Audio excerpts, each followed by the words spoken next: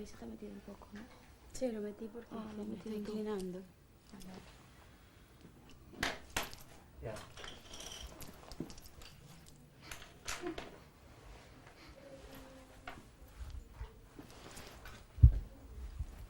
You angle your shoulders with this shoulder a little bit more this way, you'll get more of a, yeah, like that. Not too much, but yeah, like Okay. that. Vale. Cool? Okay. Roll. Great. Okay. Hi. Hello. How do you live your success today?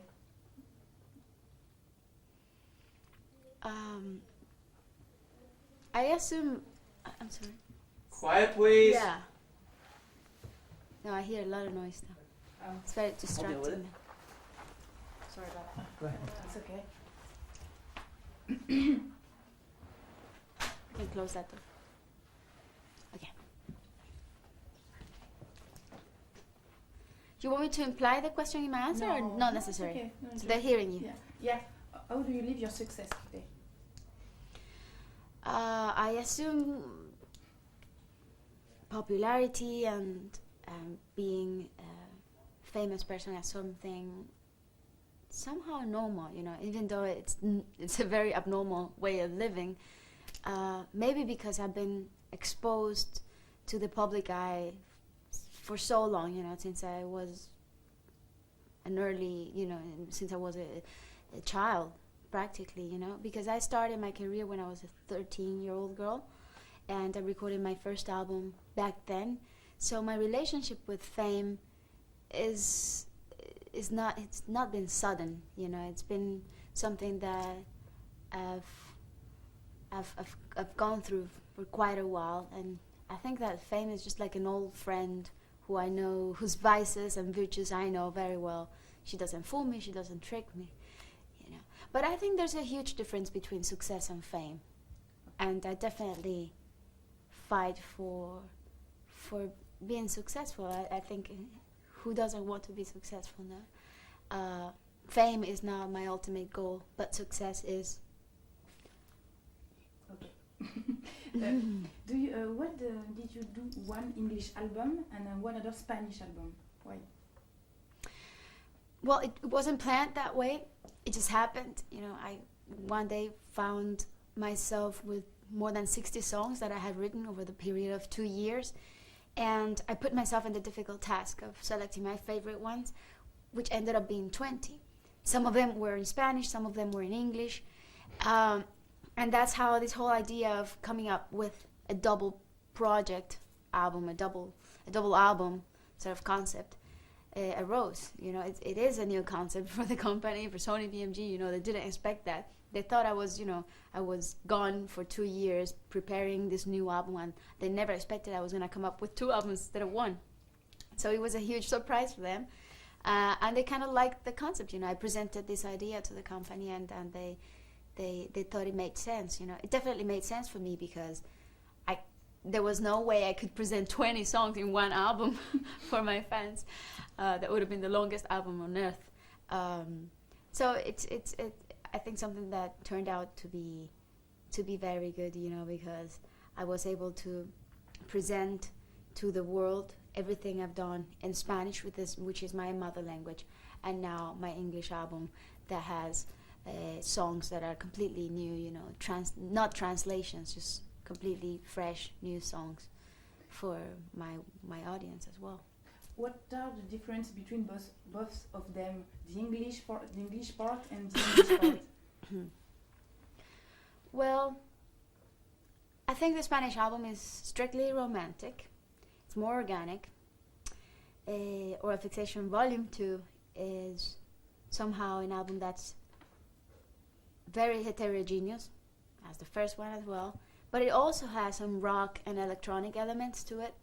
And from the lyrical point of view, it also embraces some other topics, maybe more social topics, subjects that have to do with, you know, my question marks, my doubts, my certainties, my point of view as well. It's just probably a little more broad in terms of the topics it involves. What do you like in the United States? What do you like in America generally? Excuse me. What do you like in America to live? Oui, c'est ça. Excuse me. It's okay. You live in America now? No, I don't. No, I live in the Bahamas actually. I've been Okay. living there for over 2 years Okay. already. I think you live in America. Do you think that your music is universal? My music? Yeah. Yeah, I think it is, you know. I think music itself is universal. And probably the most beautiful lesson I've learned after traveling so much and being in contact with so many cultures is that it doesn't matter what language you speak, what culture or what country you belong. We're all closer and we're all more similar than what we think we are, you know.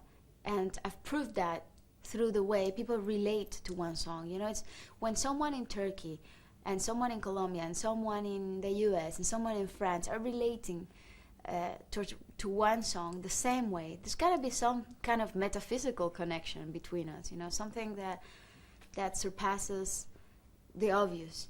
And yeah, I feel that I belong from every country. I have a little bit of every place today. I feel that way because, you know, you're not only where you're born, you know, you're made of the things you've seen. You are what you've seen. Some people say you are what you eat, you know. I think you are what you've seen, what you've learned. And I've been in so many places and I've absorbed so much from every single culture that I think I'm today a person who feels somehow multicultural, like a cocktail of many different influences. I always felt a little bit like that because of my background and being Colombian and half Lebanese and also having some European background from my mother's side. I always felt a little bit like that. But today I feel in contact with the world, and I think the world is pretty small, smaller than what we think it is. In your opinion, how do American people then dance when they listen to your music? You think it's very sad or happy? I see, when the American guy listen to your music. You understand? Yeah, I do. I don't know. I think the beauty of music is that it hits people in a certain way depending on the mood they are, you know. And like I said before, I think that we all relate to music in a similar sort of way because we're made of the same clay, you know. We share the same feelings. We've all felt sadness, happiness. We've all felt the victory and the failures. We know what it's like to be human, to be made out of flesh and bone. So that's what music represents. Or music is like a document that, or the soundtrack of people's lives. You know, once a fan approached me and told me that my music was the soundtrack of her life, and it was probably one of the most beautiful things I've ever had from someone. It just made me realize that I should take what I do very seriously, you know. And in fact, I do take it very seriously. But there's so much you can do with music, you know. There's even a career called music therapy. There's people who do therapy through music because, in fact, I think that music is very therapeutic. Do you prefer to sing in Spanish or in English?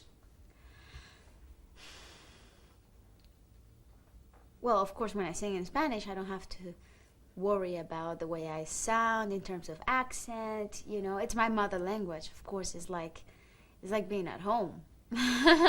You know, when you're at home, that you're in your PJs and you know you haven't even shaved and you walk around like a mad woman. That's how I feel when I sing in Spanish. You know, completely at home. And in English, it's just such an interesting thing to do. You know, because it's just different. It's a challenge for me to be every time better, but also to not lose my essence singing in a foreign language. When I sang in French, I also had that same challenge in front of me. You know, same thing when I sang in German, you know. It's just something that I enjoy a lot. I'm very much into languages. You can sing a little song in French? No? Now? Today? No? Oh, don't do that to me. But it was actually a fascinating thing to do. I wrote a few sentences in French, and I really don't speak French, you know? Well, just some words. Yeah. I understand. Which? Je comprends tout. Almost everything, but not everything. And that's my next mission, you know? I'm going to learn French. So the next interview, we'll do it in French. Okay. Promise. I think you're more sexy when you sing in Spanish. It's true? You think so? Yeah. In your video clip. That's because you haven't heard me singing in French. In La Tortuga, you're very, very sexy. Oh, I see what you mean. The thing is that La Tortura is a fusion of so many musical influences. You know, it's a song in which I felt that I could take out the tribal personality that is inside me as well. You know, I grew up in the coast of Colombia, and in Colombia, Colombia is a very multicultural country as well. And there's a region that's where dances are very African because of the African influence.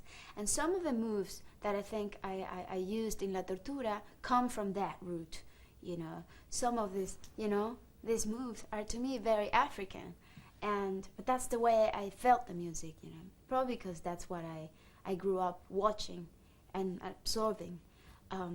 But what I do in La Tortura is a mixture of the African dance and also a little bit of the belly dance as well.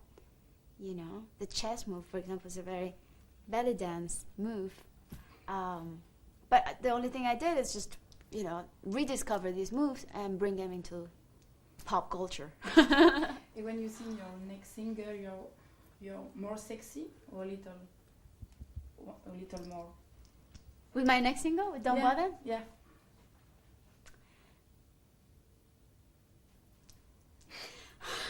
Well, I think Don't Bother has somehow essential charge because the verses have that sexiness in it, you know, very latent in the song, very present. At least that's how I interpret it. But the song also has some anger in it and some, you know, so many other feelings involved that it was quite a challenge for me to interpret the general sentiment of the song in the video. But it was it was interesting, you know. Yep.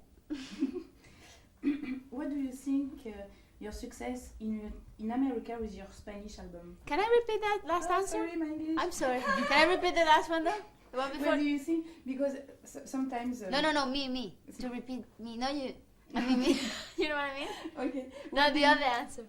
What do you think? Oh, okay. Non, elle veut reprendre sa réponse. Ah, d'accord, ok, Précédente excuse me. réponse. Excuse me. Est-ce que ça pouvait être la dernière question après? Ok, S'il te plaît. oui, c'est la dernière. Super, nickel. That was Elle about reprend Don't Bother? juste La Ok. réponse à la précédente question. Ok, c'est bon. Sobre Don't Bother? Sobre Don't Bother? Okay. Okay. Well, Don't Bother is a song that involves so many other sentiments, you know, and like anger and frustration. But there's also something very central in the verses. At least that's the way I interpret it. So it was very fascinating for me to try to decipher what all of these feelings were about at the moment of shooting the video. Okay. Last question. Okay. What do you think your success in America with your Spanish album? What do I think about my success Yeah. in America with the Spanish album? Yeah.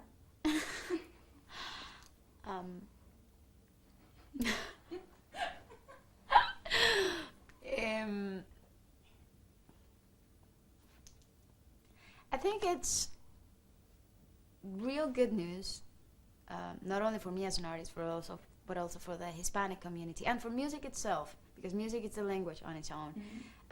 To know that today, songs like La Tortura, for example, that are completely in Spanish, can play on European radios or American radios, non-Hispanic radios. It just proves so much about the great momentum in which we are right now.